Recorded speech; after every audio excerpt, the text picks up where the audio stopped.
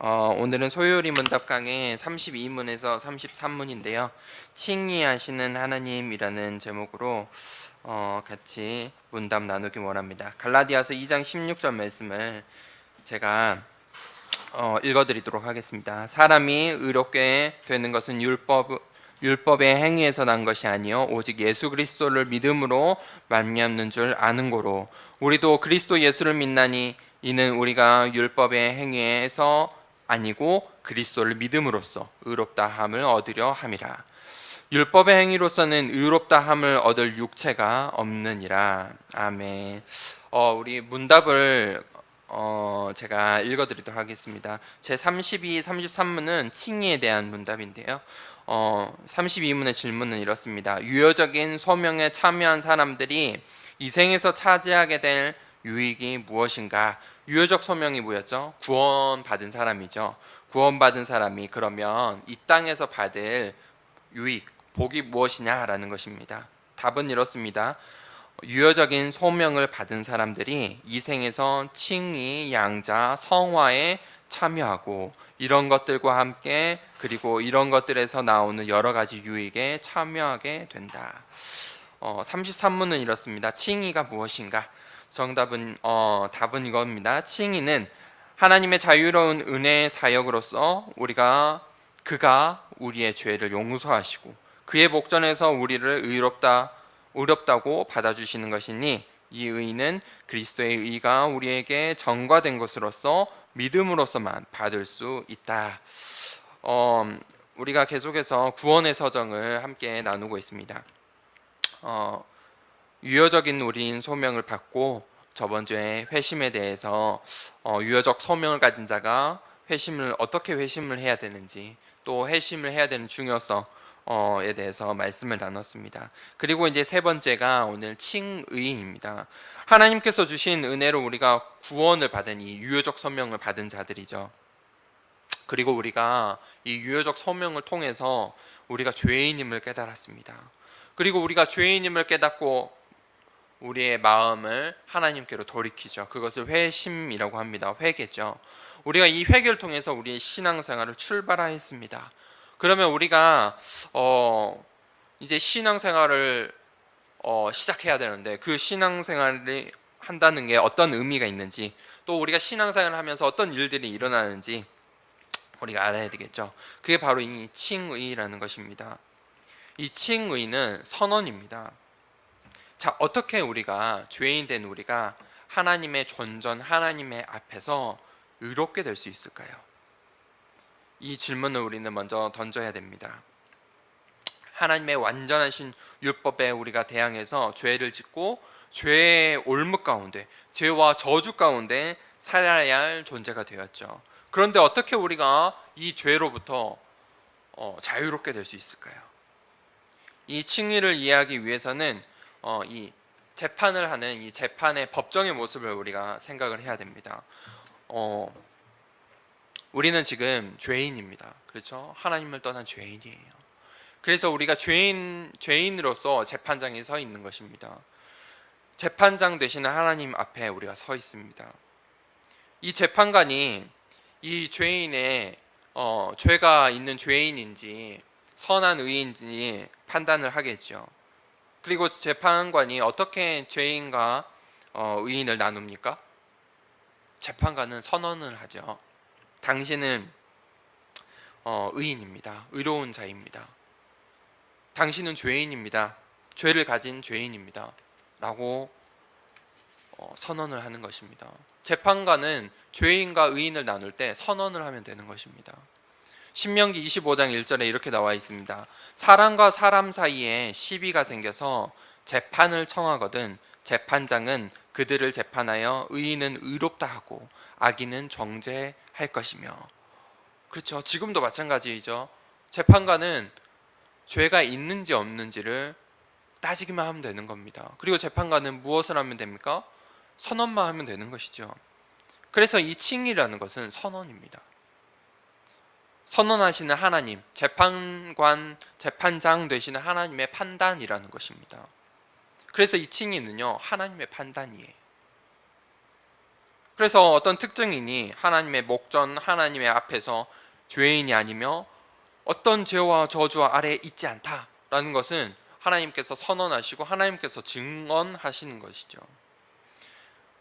하지만 우리가 모든 사람이 죄를 범하여서 하나님의 영광에 미치지 못하기 때문에 발생하는 어떤 난관이 있습니다. 어떻게 하나님께서 죄인을 의인이라 선언하실 수 있느냐라는 질문이죠. 로마서 3장 23절에는 모든 사람이 죄를 범하였음에 하나님의 영광에 이르지 못한다라고 기록하고 있다는 것입니다. 이 질문에 대한 답변은 이것입니다. 하나님 자신이 죄인을 의롭게 하신다는 것입니다. 하지만 우리가 죄인을 거룩하게 하는 것과 죄인을 의롭다 하는 것에는 차이가 있다는 것을 또 기억해야 합니다. 그래서 칭의와 성화가 필요한 것이죠. 하지만 예수 그리스도의 이 영광과 위엄은 아직 의롭지 않은 상태에 있는 우리를 완전한 의를 가진 자로 죄인에게 자유를 허용케 하신다는 것입니다. 그걸 보고 이제 신학적인 용어로 이중적 정가라고 합니다. 인간과 예수 그리스도의 사이에서 이 이중적인 정가가 있습니다. 이 이중적인 정가가 이루어지는데요. 이 정가라는 단어는요, 이렇게 내가 가진 것을 타인에게 완전히 주어버리는 것입니다. 주는 것입니다. 하나님께서 타인에게 원래 속한 인간에게 속한 그것을 특정인에게 넘겨버리는 것입니다. 이건 네게 아니고 이건 이제 너의 것이야. 예수 그리스도와 그의 백성들 간에 이런 이중적인 정가가 있습니다. 첫 번째 정가가 무엇입니까? 죄인 된 우리의 이 죄책을 예수 그리스도에게 전가시켜 버린 것입니다. 예수 그리스도께서 이 땅에 오셔서 우리의 인간의 나의 죄를 다 가져가셨습니다. 그래서 우리의 죄가 예수 그리스도에게 완전히 넘겨진 것입니다. 그래서 예수님께서 이 땅에서 우리의 죄를, 내 죄를 가진 죄인처럼 취급당하셨던 것입니다. 예수님께서 피조물로 이 땅에 오신 것입니다. 내가 죽어야 하는데, 나의 죄값은 사망이어서 내가 죽어야 되는데 내 죄값을 전가해서 예수님께서 가져가셔서 내 그 죄값 때문에 피조물이 되어주셨다는 것입니다. 그래서 예수님께서 인간에게 멸시와 조롱을 당하시고 고난 속에서 십자가에 죽으신 것입니다. 예수님의 십자가는 단순히 예수님께서 낮은 자가 되셨어요, 십자가에 죽으셔서 그 정도가 아닙니다. 예수님의 죽음에는 이러한 의미가 있습니다. 나의 죄값을 치르신다는 것입니다. 나의 죄를 대신해서 화목제물이 되어주셨습니다. 사실 내가 죽어야 되는 거죠. 내 죄값은 내가 죽어야 끝나는 것입니다. 그런데 그것을 예수님께서 대신 짊어지셨습니다. 고린도후서 5장 21절에 하나님이 죄를 알지도 못하신 자로 우리를 대신하여 죄를 삼으신 것은 우리로 하여금 저의 안에서 그리스도의 의가 되게 하려 하심이니라. 두 번째 정가는 무엇입니까? 반대로 예수 그리스도의 의가 우리에게 전가되었습니다.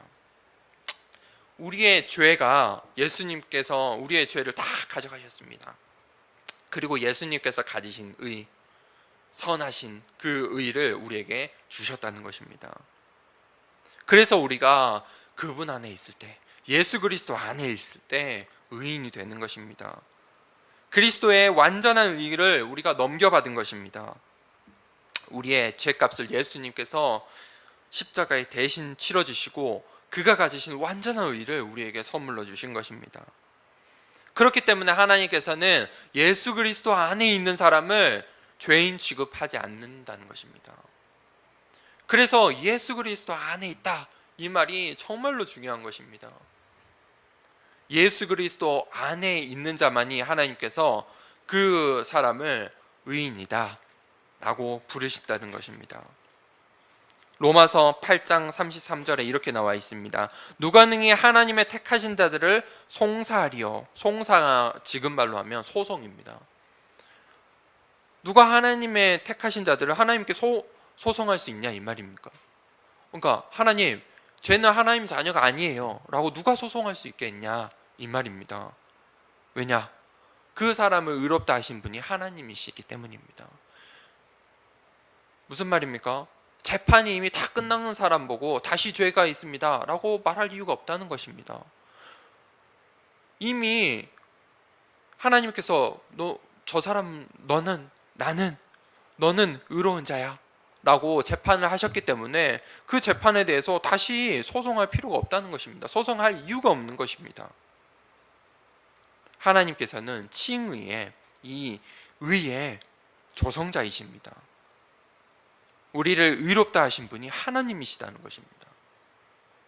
우리를 의롭게 하셨고 우리를 의롭다고 선언하신 분이 하나님이십니다. 그런데 많은 사람들이 이 이신칭의를 오해합니다.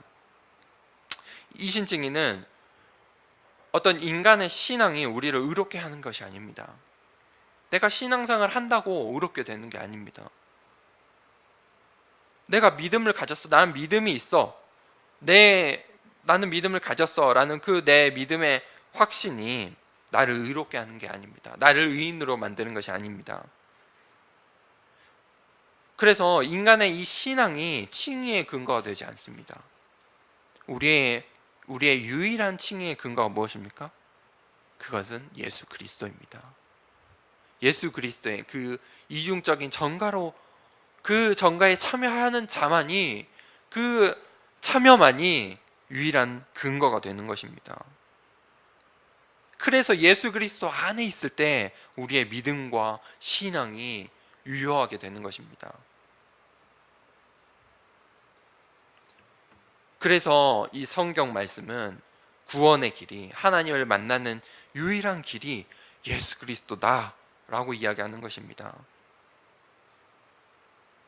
하나님의 은혜를 받는 것은 믿음이지만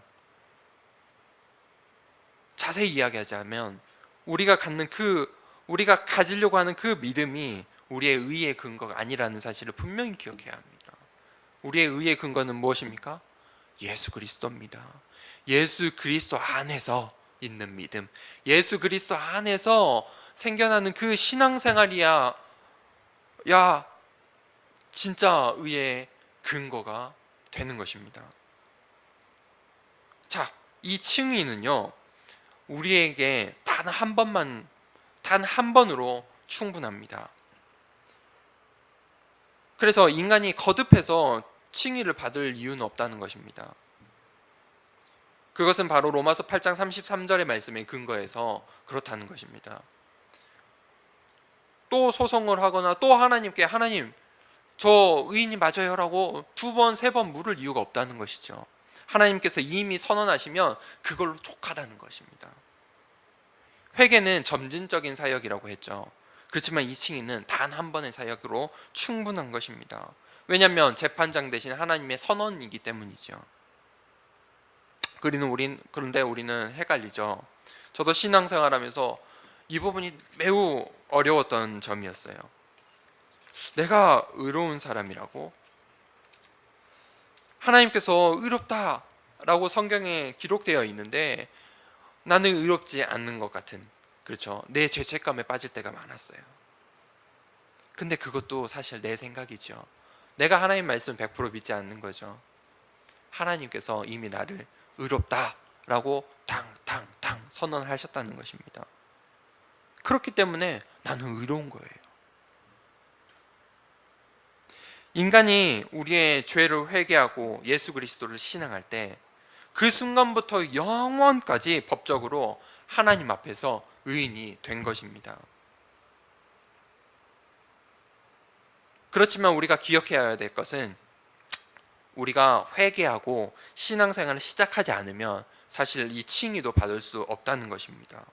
로마서 8장 1절에는 이렇게 기록되어 있습니다. 그러므로 이제 그리스도 예수 안에 있는 자에게는 결코 정죄함이 없나니. 왜 정죄함이 없습니까? 이미 재판장 대신 하나님께서 의인이라고 하셨기 때문에 그리스도 예수 안에 있는 자는 죄를 물을 이유가 없다는 것입니다.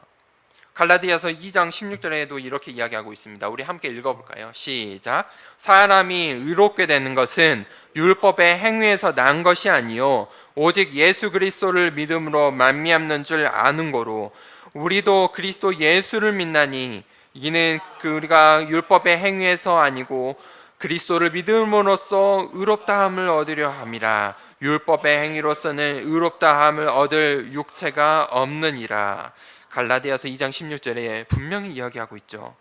사람이 의롭게 되는 것은 율법의 행위에서 난 것이 아니요 오직 예수 그리스도를 믿음으로 말미암는 줄 아는 거로.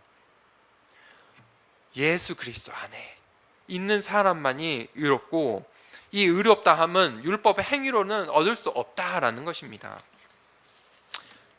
자, 이 소율의 문답은 이렇게 이야기합니다. 이 칭의, 하나님의 이 칭의의 선언을 받은 자는 선행을 행하게 된다라고 이야기를 합니다. 이 칭의에 대한 이 질문, 이 논의를 완전히 이해하기 위해서는 우리가 신앙이라는 것과 행위라는 것의 관계를 우리가 이해를 해야 합니다. 우리가 이 예수 그리스도를 믿음으로 의롭다함을 얻을 수 있습니다.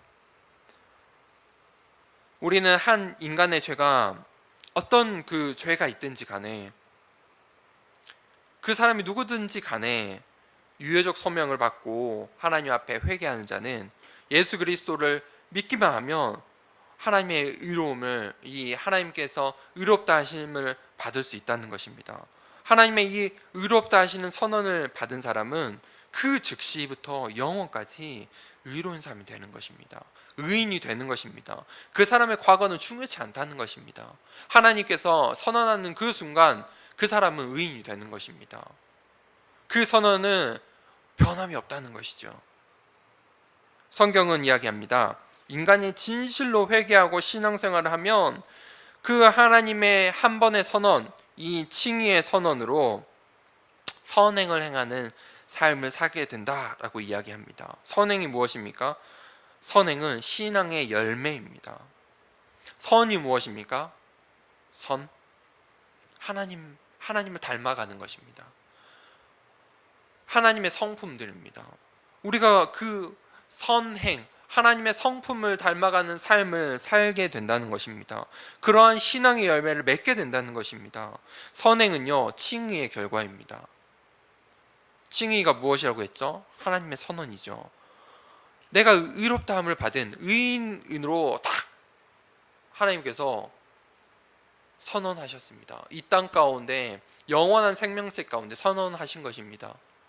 그 순간부터 내 삶은 이 선행의 결과를 나타내게 된다는 것입니다. 그래서 종교개혁자들이 이야기합니다. 우리가 믿음으로 칭의를 받지만 이 칭의를 하는 신앙은 결코 홀로가 아니다. 야고보서 2장 26절에도 이야기를 합니다. 영혼 없는 몸이 죽은 것 같이 행함이 없는 믿음은 죽은 것이니라. 행함이 없는 믿음은 사실 진짜 믿음이 아닌 거예요. 진짜 믿음은 무엇이냐? 행함이 뒤따른다는 것이에요. 행함이라는 열매가 맺는다는 것이죠. 하나님께서 의롭다 칭하시고 선언한 자들에게는 구원의 축복이 있는 자들이죠. 이 구원받은 하나님의 백성은요, 영원히 하나님 앞에서 의롭게 된 자들이에요. 그 구원받은 자들은 회개와 신앙생활의 열매를 맺게 되어 있어요. 그 열매가 바로 선행이라는 거예요. 하나님을 닮아가는 그 선을 행하는 삶을 살게 된다는 거죠. 하나님의 말씀에 순종하는 열매를 맺게 돼요. 하나님께서 나를 의롭다고 선언하셨어요. 그런데 우리는 이 세상의 주관자 악의 영들에게 속기도 하죠.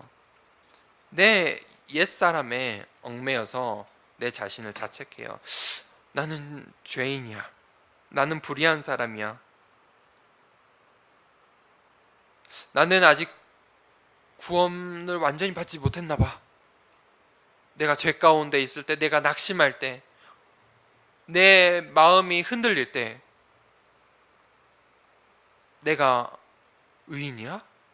내가 의인이 맞아? 라고 생각하죠. 그런데 하나님께서는 그 순간에도 하나님의 선언을 바꾸지 않으세요. 하나님의 선언은요, 그 선언한 순간부터 영원토록 변함없다는 거예요. 왜냐하면 하나님께서 이미 나의 그런 연약함을 아시고 선택하셨다는 거예요. 그런 나의 연약함, 그런 모습들까지 다 아시고 나를 택하셨다는 거예요. 그래서 괜찮다는 거예요. 그래서 내가 의인이라는 거예요.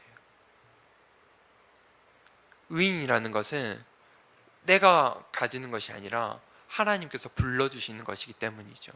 하나님께서 칭해주시는 것이기 때문이에요. 내가 만약 이 땅에서 어떻게 이렇게 저렇게 신앙생활에서 얻어야 되는 의인의 호칭이라면 우리가 어떻게 그 의인이 될 수 있겠어요? 그런데 하나님께서 나를 의인이라 불러주셨대요. 칭하셨대요. 선언하셨대요. 그래서 내가 의인 된 거죠. 그래서 내가 예배 드릴 수 있다. 이 예배 자리에 있다. 사실 내가 그 선언을 받았기 때문에, 의인의 선언을 받았기 때문에 이 자리에 있을 수 있다는 거죠. 불신자들의 눈으로 볼 때 이 예배야말로, 예배드리는 행위야말로 가장 어리석은 거예요. 시간 드려야 되죠. 행동, 삶을 드려야 되죠. 마음을 드려야 되죠. 얼마나 어리석게 보이겠어요. 그런데 신자들에게는 예배 시간이야말로 가장 소중한 거예요. 가장 의미 있는 거예요. 우리 인생에 가장 가치 있는 일이에요. 왜냐하면 우리가 천국 가면 하나님과 영원히 예배하는 삶을 사는데, 이 땅에서 우리가 예배할 때 동안 그 천국의 삶을 맛보는 거잖아요. 예배하는 이 순간에만 하나님을, 그렇죠? 천국이 어떤 곳이죠? 하나님을 찬양하고 경배하고 하나님과 함께하는 곳이죠. 그래서 이 예배 시간이 천국하고 가장 비슷한 거예요. 우리가 이 시간에 하나님을 찬양하고 하나님께 경배하고 기도하고 말씀을 듣고 나누고 하나님과 함께하는 시간이잖아요. 그렇기 때문에 이 신자들에게 이 예배 시간이야말로 가장 복된 자리라는 거예요. 그래서 내가 이 예배 자리에 있을 수 있다는 것 자체가 의로운 사람이라는 거예요. 하나님께서 나를 의롭다고 선언하셨어요. 예수 그리스도 안에 있는 나에게 하나님께서 의로운 나의 백성이라고 선언하셨어요. 그래서 하나님께서는 내가 하나님의 백성으로 이 땅에서 살길 원하세요. 하나님의 영으로 우리가 충만해져서 이 땅에서 살아야 돼요. 하나님의 백성으로서 이 땅에서 살아야 돼요. 어떻게 우리가 하나님 백성으로서 살 수 있죠? 기억해야 돼요. 내가 하나님 백성이구나. 내가 하나님께 의롭다함을 받은 사람이구나. 생각해 보세요. 내가 재판 중에 있는 사람이에요. 누가 나를 소송해서 내가 지금 재판 중에 있어요. 얼마나 스트레스 되겠어요. 그렇죠? 그 재판이 끝날 때까지 얼마나 신경이 쓰이겠냐고요. 그렇죠? 근데 그 재판이 완전히 끝나버렸어요. 얼마나 홀가분하겠어요. 우리의 인생은 재판이 끝난 인생이에요. 하나님께서 나를 이미 나에게 선언하셨어요. 너는 의로운 자야. 그 인생이에요. 하나님께서 나를 의롭다 하신 그 선언을 받은 인생이라는 거예요.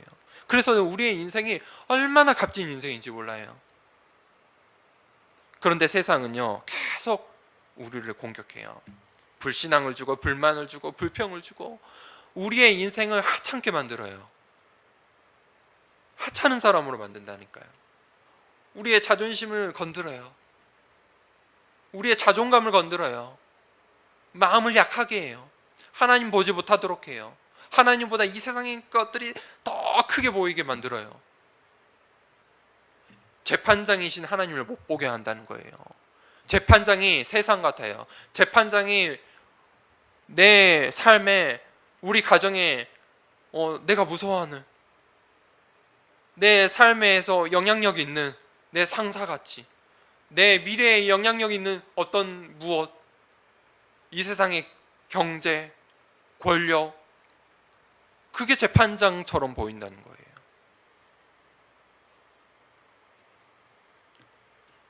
이 세상은요, 계속 우리의 미래와 현재와 과거를 복잡하게 만들어요.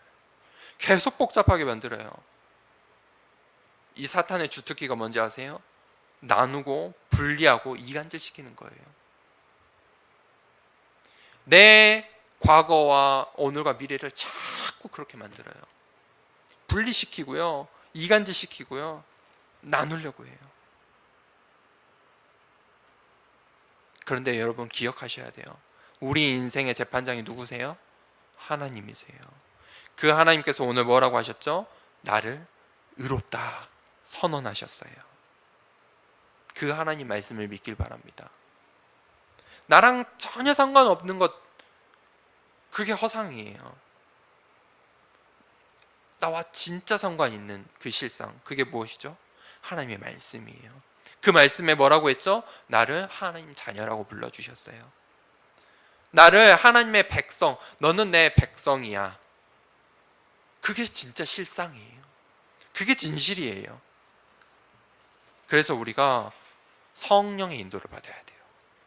성령의 인도를 받아야 돼요. 성령의 인도를 받을 때 이 세상의 진실과 허상 구분할 수 있어요. 그래야, 그것을 구분해야 이 땅에서 우리가 하나님 백성으로 살 수 있어요. 이 땅에서 천국을 맛보며 살 수 있어요. 무엇이 성령의 인도고 무엇이 성령의 충만입니까? 우리 갈라디아서 5장 16절에서 26절 말씀을 같이 읽기 원해요. 하나님 자녀에게 가장 중요한 것은, 우린 이미 구원 받았잖아요. 그렇죠? 그래서 구원을 어떻게 받느냐, 사실 이것은 그렇게 중요하지 않는 것 같아요. 하나님 자녀에게 가장 중요한 것은 무엇이냐? 하나님 자녀 됐다는 게 무엇인지를 알아야 된다는 거예요. 라고 재판장인 대신 하나님께서 선언하셨던 그 선언의 의미를 알아야 된다는 거예요. 너는 의인이야. 그러면 우리가 어떻게 반응을 해야 되나요? 떳떳하게 살면 돼요. 하나님 자녀답게 살면 되는 거예요. 어떻게 살면 됩니까? 이렇게 살면 돼요. 우리 갈라디아서 5장 16절에서 26절 말씀을 천천히 같이 한번 읽어보도록 하겠습니다. 우리 진짜 믿음으로 이렇게 살길 원합니다. 함께 우리 같이 하나님 말씀을 믿음으로 고백합시다. 시작. 내가 이르노니 너희는 성령을 쫓아 행하라. 그리하면 육체의 욕심을 이루지 아니하리라. 육체의 소욕은 성령을 거스리고 성령의 소욕은 육체를 거스리나니 이 둘이 서로 대적함으로 너희의 원하는 것을 하지 못하게 하려 함이니라. 너희가 만일 성령의 인도하시는 바가 되면 율법 아래 있지 아니하리라. 육체의 일은 현저하니 곧 음행과 더러운 것과 호색과 우상숭배와 술수와 원수를 맺는 것과 분쟁과 시기와 분냄과 당 짓는 것과 불리함과 이단과 투기와 술 취함과 방탕함과 또 그와 같은 것들이라. 전에 너희에게 경계한 것 같이 경계하노니 이런 일을 행하는 자들은 하나님의 나라를 유업으로 받지 못할 것이요 오직 성령의 열매는 사랑과 희락과 화평과 오래 참음과 자비와 양성과 충성과 온유와 절제니 이 같은 것을 금지할 법이 없느니라. 그리스도 예수의 사람들은 육체와 함께 그 정과 육신 십자가에 못 박았느니라. 만일 우리가 성령으로 살면 또한 성령으로 행할지니 헛된 영광을 구하여 서로 격동하고 서로 투기하지 말지니라. 아멘. 우리가 오늘 하나님 말씀을 기억하고 이렇게 살기 원합니다. 우리 함께 기도합시다.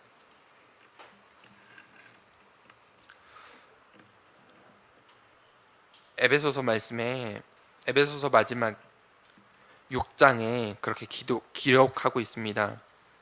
우리가 사는 이 세계는 영적인 세계다. 그런데 너희가 살고 있는 이 세상에 주관자가 있는데 그 주관자는 마귀 사단이라고 하는 자다. 그래서 너희가 전신갑주를 취해야 한다. 영적 싸움을 해야 한다. 라고 이 에베소서 6장에 기록하고 있습니다. 하나님께서 이미 우리를 하나님 자녀로 불러주셨습니다. 그래서 내가 사실 이 자리에 있을 수 있는 것입니다. 우리가 예배드린다는 것은 이 예배드리는 것이 얼마나 값진 일인지 행복한 일인지 알아야 합니다.